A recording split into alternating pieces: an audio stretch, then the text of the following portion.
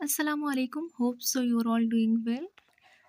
जैसा कि आप देख चुके हैं कि आज हमने पढ़ना है सेकेंड ईयर के बायोलॉजी के सब्जेक्टिव के बारे में।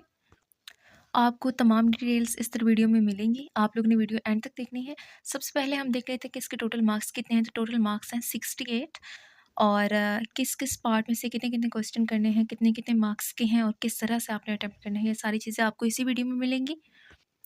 तो पेपर को अटेम्प्ट करना, अच्छा 2 चीज़ें होती हैं, 2 स्टूडेंट्स होते हैं, अगर वो सेम टाइम में बिल्कुल एक ही बुक से एट अ टाइम तैयारी कर रहे हैं, दोनों एक-दूसरे के साथ मिल के एक-दूसरे को सुना के उस तरह से तैयारी कर रहे हैं, तो फिर भी क्या होता है कि एंड पे जाके एक स्टूडेंट के मार्क्स ज़्यादा आ जाते हैं, दूसरे के कम आ जाते हैं, ठीक है?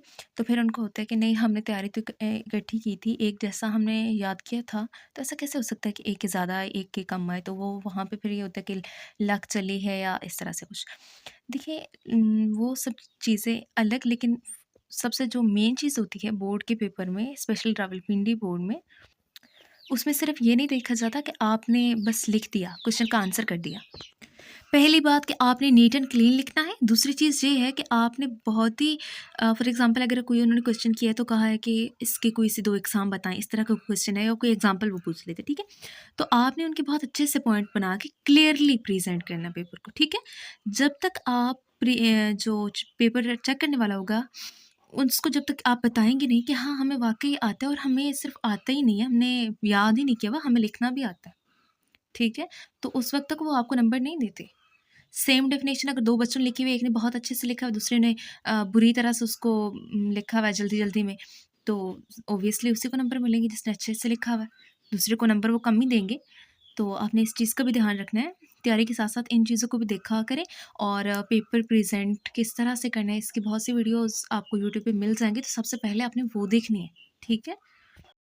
और दूसरी चीज़ मैं आपको बताती हूँ कि आपने टॉपिक किस तरह से तैयार करना है। फॉर एग्ज़ाम्पल जब यहाँ पे इन्होंने पहला जो क्वेश्चन दिया हुआ है, हम इसी को डिस्कस कर लेते हैं।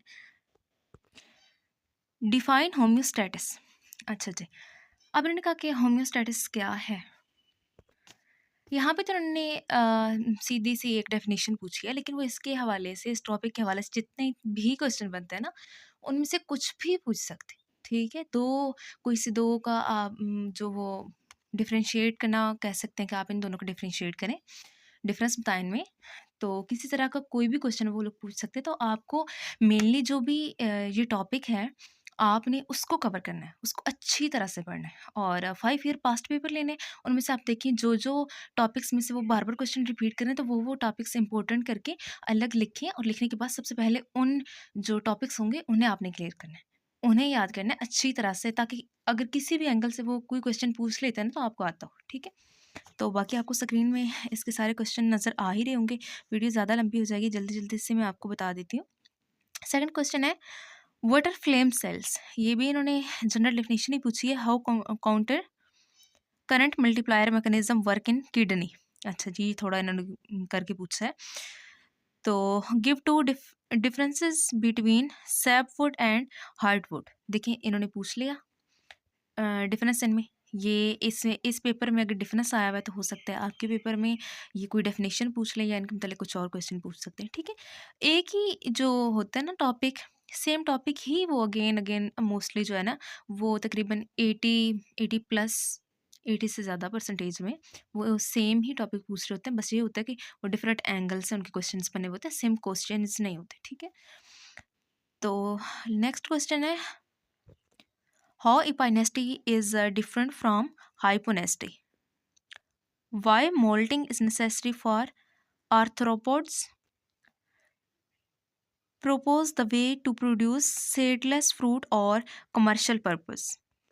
What are phytochromes? Give their function.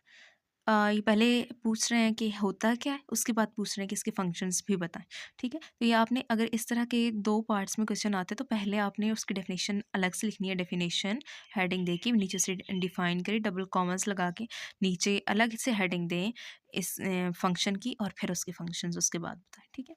इस तरह से अच्छा इम्पैक्ट पड़ता है और अच्छे नंबर आते हैं। Give name of 4 major ecosystem in Pakistan.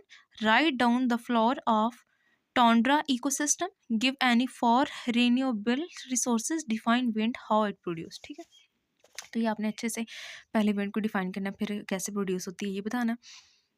और आपको पता ही होगा कि कितने-कितने क्वेश्चंस करने होते हैं। ये तो आप already 9th 10th first year में करके आ चुके। तो इन क्वेश्चंस को भी आप देख लें, ये भी शॉर्ट हैं और मार्क्स सेम ही होते हैं। जो भी आपको आता वो लिख लें, बाकी जो अच्छे से होंगे वो आपके काउंट हो जाएँगे और सारे के सारे लिखने की ज़रूरत नहीं है, 1-2 एक्स्ट्रा लिख लें ताकि अगर कोई गलत हो तो वो फिर उसके मार्क्स जो है ना वो लग जाएँ, आपके मार्क्स कटे नहीं। तो नेक्स्ट 4 पोर्शन भी इन्होंने दिया हुआ है, ये भी आप वीडियो पास करके इसको भी आप लोग देख लें। तो उसके बाद फिर हम चलते हैं लॉन्ग क्वेश्चन की तरफ। लॉन्ग क्वेश्चन ज़्यादा इंपॉर्टेंट होते हैं। आप लोग बेहतर ये है कि पेपर तैयार करने से पहले मार्किंग स्कीम लाजमी देखा करें। हार्ड वर्क की बजाय स्मार्ट वर्क करें ताकि आपके मार्क्स ज़्यादा आ जाएँ। कुछ स्टूडेंट्स बहुत मेहनत करते हैं लेकिन उनकी डायरेक्शन गलत होती है, दैट्स व्हाई वो लोग कामयाब नहीं होते। कामयाब ना होने से मतलब ये है कि उनके मार्क्स कम आते हैं, ठीक है?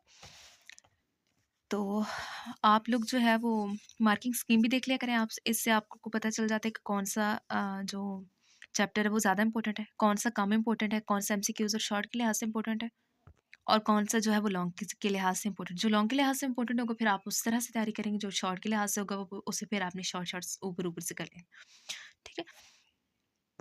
वैसे नॉर्मली तो ये होता है कि टीचर्स भी बता देती होती हैं और उसके बाद फिर मॉडल पेपर्स भी खैर से स्टूडेंट्स ले लेते हैं और हेल्पिंग गाइड्स वगैरह बहुत कुछ इस तरह से स्टूडेंट ने रखा हुआ था, बस पढ़ने की कमी होती है। तो नेक्स्ट चीज़ होती है जी, इसका सेकंड सेक्शन है जो कि लॉन्ग क्वेश्चन पर मुश्तमिल है और इसमें 8-8 नंबर के क्वेश्चन हैं।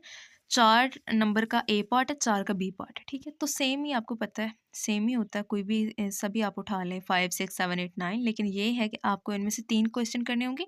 लेकिन ये है कि ऐसा नहीं करना कि एक का आपने ए पार्ट लिख लिया, दूसरे का बी पार्ट लिख लिया। आप वही क्वेश्चन सेलेक्ट करें, चाहे 5, 6, 7 करने हैं, चाहे 7, 8, 9 करने हैं, जो आपको दोनों आते हैं। ए और बी पार्ट आपको दोनों आते हैं, ठीक है? होप सो आपको आज की वीडियो अच्छी लगी होगी। नेक्स्ट वीडियो में आपको किसी और सब्जेक्ट के हवाले से गाइड करूँगी। तो अगर आपको वीडियो अच्छी लगी तो काइंडली वीडियो को लाइक कर दीजिए और चैनल को सब्सक्राइब कर लें। आप सब स्टूडेंट्स के लिए दुआ है कि अल्लाह ताला आप सबको कामयाबी अता करे। आमीन। Thanks for watching. अल्लाह हाफ़िज़।